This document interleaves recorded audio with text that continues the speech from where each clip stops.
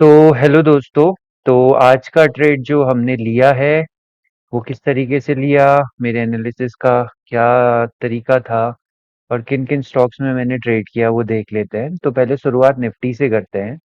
तो निफ्टी ने क्या किया था, पहले मैं इस लाइन को हटा देता हूँ।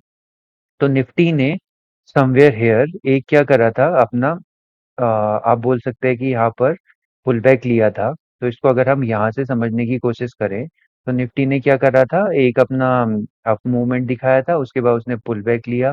तो इस पुल बैक के जोन को हम लोग हायर लो बोल सकते हैं। इसके बाद निफ्टी फिर से ऊपर गया और इसके बाद उसने एक फिर से हाई बनाया। उसके बाद निफ्टी ने क्या किया है, निफ्टी नीचे गिरा है कुछ इस तरीके से और निफ्टी दोबारा से वापस ऊपर चला गया। तो इसका मतलब है कि ये भी एक इसका हायर लो पोजीशन है, ये हाई था ये हायर लो था। अब निफ्टी ने क्या किया, उसके बाद उसी लेवल के आसपास आके रिजेक्शन लिया, कुछ यहाँ से नीचे गिरा निफ्टी, फिर ऊपर गया और फिर नीचे गिर गया। तो इस तरीके से इसका जो ये वाला नीचे वाला हायर लो पोजीशन था, निफ्टी उससे अभी ऊपर ही ट्रेड कर रहा है, लेकिन अपने एक पुराने हायर लो को तोड़ चुका है। तो अब ज्यादातर लोगों की एक्सपेक्टेशन ये रहेगी कि निफ्टी जैसे ही मुझे इस लेवल पे रीटेस्ट करता हुआ मिलेगा और नीचे गिरेगा तो मैं सेल के लिए ट्राई करूंगा, जैसे कि कल हम लोगों ने डिस्कस भी किया था। अब निफ्टी तो निफ्टी है, उसने क्या करा है, गैप अप ओपनिंग दी और गैप अप ओपनिंग देने के बाद ये ऊपर चला गया। तो आपकी सारी प्लानिंग धरी की धरी रह गई। तो इस तरीके से कुछ निफ्टी बिहेव किया है। तो मतलब कुल मिला के निफ्टी में आज अच्छा खासा अप मूव आया है। तो अब हमारी प्लानिंग उसमें किस हिसाब से हुई थी तो वो देखते हैं। तो प्लानिंग मेरी जो थी सेलिंग की थी, लेकिन निफ्टी में अप मूव आया, लेकिन फिर भी मैंने जो किया है वो देखिए। तो पहला स्टॉक जो मैंने ट्रेड किया वो सन फार्मा का स्टॉक था। तो अब इसको ट्रेड करने का लॉजिक देखते हैं। तो सन फार्मा के पास अपना एक पुराना रेजिस्टेंस लेवल था। सन फार्मा दोबारा से क्या कर रहा था, उसी रेजिस्टेंस लेवल के आसपास आके ट्रेड कर रहा था, कुछ आप देख सकते हैं इस जोन के आसपास। तो पहले इसने क्या किया, पहले इसने किया है ब्रेकआउट, किस तरीके से वो देख लेते हैं।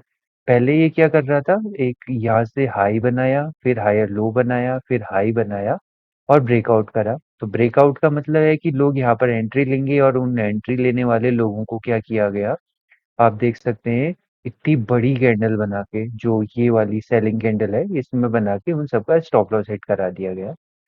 तो मतलब यहाँ से जो भी बायर्स थे वो तो एग्जिट हो चुके हैं। अब क्या करा जाएगा, या तो सेलर्स का स्टॉप लॉस खाया जाएगा, या फिर क्या होगा, निफ्टी जो अपने पुराने रेजिस्टेंस लेवल है उसके पास आके रेजिस्टेंस लेगा और दोबारा नीचे गिर जाएगा। तो इस बार हुआ क्या कि निफ्टी ने क्या करा, अपने पुराने रेजिस्टेंस लेवल के आसपास आया कुछ यहाँ पर, और यहाँ पर उसने फिर एक बार क्या करा, नीचे को सेलिंग का जोन बना के नीचे को गिर गया। तो इस तरीके से ये क्या हुआ, एक हाई बना, फिर नीचे क्या बना, एक पुल बैक आया, फिर लोअर हाई बना, फिर नीचे आया, लोअर लो बना।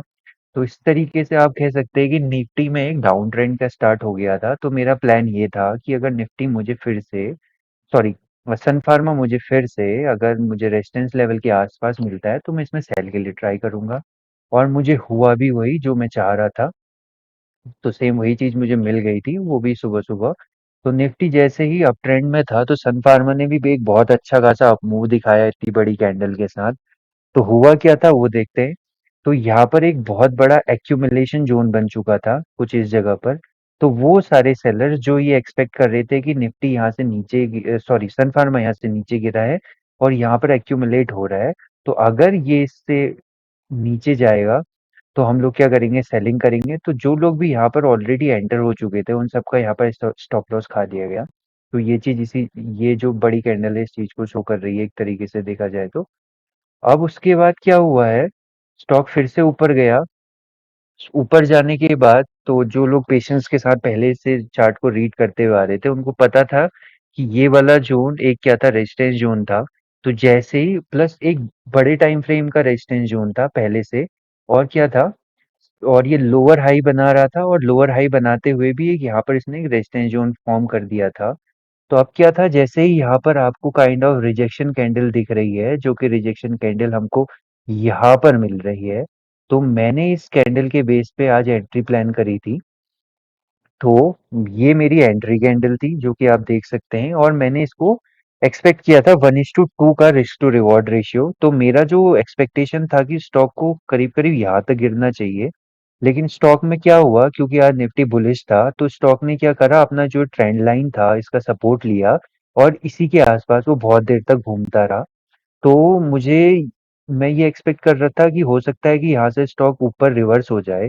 तो मैंने जब देखा कि यहाँ पर एक बुलिश कैंडल फॉर्म हो रही है, तो इसका मतलब है कि एक बार इन जो भी बायर्स हैं इनको ट्रैप तो जरूर किया जाएगा और होगा भी वही। तो मैं उस चीज के लिए वेट कर रहा था। तो जैसे ही यहाँ पर बायर्स को वेट किया गया, ट्रैप किया गया, तो उनका एसएल हिट हुआ है यहाँ पर। तो ये एक तरीके से रेजिस्टेंस जो उनका काम कर रहा था। तो आई थिंक मैं समवेयर हेयर इसी के आसपास कहीं एग्जिट हो गया था, क्योंकि मुझे ये डाउट था कि निफ्टी शायद आज फिर ज्यादा ना गिरे। वो बस एक बार एसएल खाने आएगा और दोबारा ऊपर चले जाएगा। तो सन फार्मा में मुझे मोटा मोटा 1:1.9 का रिस्क टू रिवॉर्ड रेशियो मिला था। इसके बाद जो दूसरा स्टॉक मैंने ट्रेड किया था वो था एचसीएल टेक्नोलॉजी। बड़े टाइम फ्रेम पर चलते हैं पहले। तो वहां पर इसका एक रेजिस्टेंस लाइन ड्रॉ करते हैं। तो हुआ क्या था, एचसीएल आप देख सकते हैं कि एचसीएल ने कुछ, अगर मैं इसको और बड़ा करूं, तो कुछ यहाँ पर एक रेजिस्टेंस, सॉरी, हाई बनाया था और स्टॉक ने वहीं पर आकर अपना रेजिस्टेंस फॉर्म किया था। फिर क्या हुआ था कि 2 दिन पहले स्टॉक ने गैप अप दिया बहुत बड़ा, लेकिन वो अपने क्या करा, लेवल को सस्टेन नहीं कर पाया। और उस पूरे दिन वो क्या करा, लगभग लगभग उसी जोन पे कंसोलिडेट किया और उसके बाद लास्ट आवर में आके उसमें एक ह्यूज सेलिंग दिखाई दी है। तो इसका मतलब है कि इसमें कहीं ना कहीं लोग सेलिंग के लिए प्लान कर रहे हैं। तो अब मेरा प्लान ये था कि जैसे ही मुझे इसमें सेलिंग कैंडल बनते हुए मिलेगी तो मैं क्या करूंगा, इसमें सेल का ट्राई करूंगा। तो आज क्या हुआ आप उसको देखेंगे और उसके लिए हम लोग चलेंगे छोटे टाइम फ्रेम पर। तो यूज करता हूँ 15 मिनट टाइम फ्रेम। तो देखिए, स्टॉक ने क्या किया था, गैप अप दिया था, गैप अप के बाद कंसोलिडेशन किया था, कंसोलिडेशन के बाद एक जोन बना दी थी। तो अब हुआ क्या था, पहली बार में जैसे स्टॉक इस रेजिस्टेंस, पीली वाली लाइन जो एक रेजिस्टेंस लाइन है, इसको ब्रेक करेगा तो लोग एंटर होंगे। तो देखिए लोगों ने सेम वही किया, लोग एंटर हुए। तो अब जैसे ही लोग यहाँ पर एंटर होंगे और इतनी बड़ी सेलिंग कैंडल बनेगी, तो इसका मतलब है कि उनका स्टॉप लॉस कहाँ जाएगा, उनका स्टॉप लॉस जाएगा इस लाइन के ऊपर। तो अब क्या होगा, स्टॉक वहीं भागता है जहां को स्टॉप लॉस मिलते हैं उसको। तो ये स्टॉप लॉस खाने के लिए जोन मिल गई है। तो स्टॉक ने क्या किया, थोड़ा नीचे गिरा, उसके बाद दोबारा उसी जोन के आसपास आके लोगों का एसएल हिट कर दिया। अब ये वाला पुराना रेजिस्टेंस लेवल था, तो स्टॉक यहाँ पर से फिर से नीचे गिरा। और जब ये दोबारा मुझे अपने रेजिस्टेंस लेवल को ब्रेक करते हुए यहाँ पर मिला था, तो मैंने इसमें एंट्री कर ली थी, क्योंकि मेरा लॉजिक सिंपल था कि एक बार सेलर्स का स्टॉप लॉस हिट हो चुका है। तो अब इसमें जो एसएल बचा है वो बचा है बायर्स का। तो अगर बायर्स का एसएल मुझे खाना है तो मुझे सेल साइड जाना पड़ेगा। तो इसलिए मैंने क्या करा था, सेलिंग के लिए प्लान किया था। अब सेलिंग के लिए मैंने प्लान ठीक किया, लेकिन हुआ क्या, स्टॉक आज साइडवेज हो गया। साइडवेज होने का रीजन ये रहा क्योंकि आज पूरे दिन भर निफ्टी ने क्या किया था, आप कह सकते हैं कि एक अप मूवमेंट दिखाया था। तो हुआ वही कि निफ्टी के अप मूवमेंट की वजह से ये स्टॉक पहली कैंडल में, सॉरी, दूसरी कैंडल में तो नीचे गिरा, लेकिन उसके बाद पूरे दिन भर कंसोलिडेट हो गया। तो इस तरीके से आप देख सकते हैं कि अब इसमें एक तरीके से सेलिंग का प्रेशर बना हुआ है। लेकिन अब अगर लोग इसमें सेलिंग के लिए ट्राई कर रहे हैं तो उनके स्टॉप लॉस फिर से ऊपर होगा।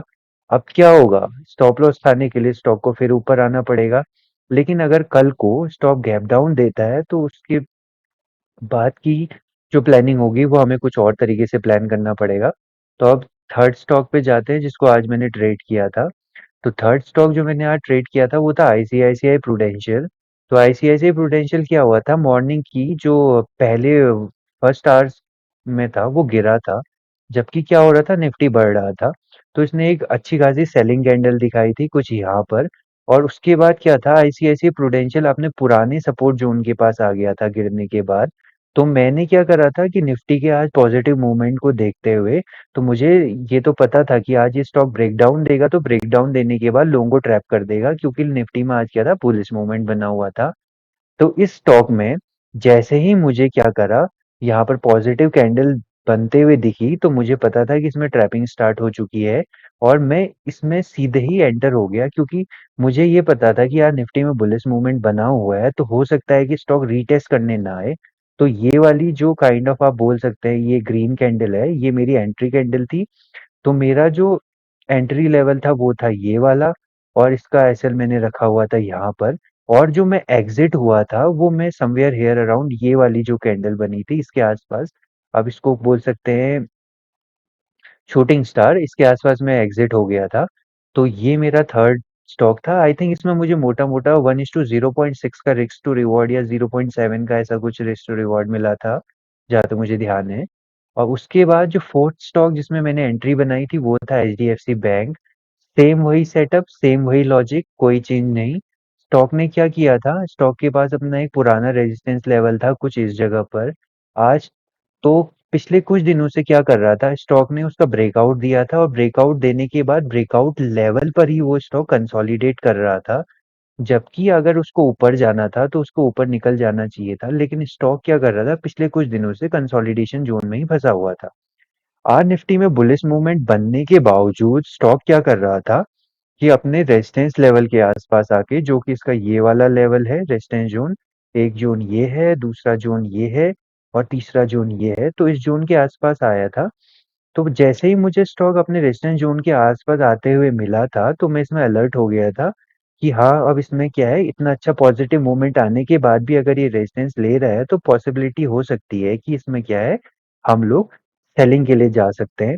तो स्टॉक में हुआ भी वही, जैसे स्टॉक अपने रेजिस्टेंस के पास आया था इसने एक सेलिंग कैंडल बनाई थी और जैसे ही इसने अपनी सेलिंग को, जोन को या सेलिंग कैंडल को आप कह सकते हैं ब्रेक किया था, मैं इसमें एंटर हो गया था। और आई थिंक इसमें जो है मैं 1:2 के अराउंड निकला था, जबकि उसमें उससे भी ज्यादा फॉल आया था। तो मेरा 1:2 के अराउंड निकलने का सिंपल सा लॉजिक था कि स्टॉक आज में अप मूवमेंट, आज निफ्टी जो है बुलिश था और अगर 1:2 का मूवमेंट मिलने के बाद स्टॉक क्या हो सकता था कि लोग प्रॉफिट बुकिंग करने की सोच सकते हैं, क्योंकि आज निफ्टी पॉजिटिव है। तो उससे एक सिंपल लॉजिक की वजह से मैंने भी प्रॉफिट बुकिंग कर दी थी और उसके बाद हुआ भी वही, स्टॉक थोड़ा सा और नीचे गिरा था, उसके बाद उसने एक बड़ी सी ग्रीन कैंडल फॉर्म करी और स्टॉक क्या करा, लगभग लगभग इस लेवल के आसपास आ गया जो कि इसका पुराना रेजिस्टेंस लेवल था। तो अब कल को हम लोगों को एचडीएफसी बैंक एक तरीके से देखा जाए तो अपने रेजिस्टेंस लेवल के आसपास ही मिलेगा। तो देखते हैं कि कल को एचडीएफसी बैंक में अब क्या होता है। तो आप बताइएगा कि आपको मेरा एनालिसिस क्या लगा और मुझे इसमें क्या सुधारने की ज़रूरत है। तो मिलते हैं कल को। थैंक्स अ लॉट तब तक के लिए।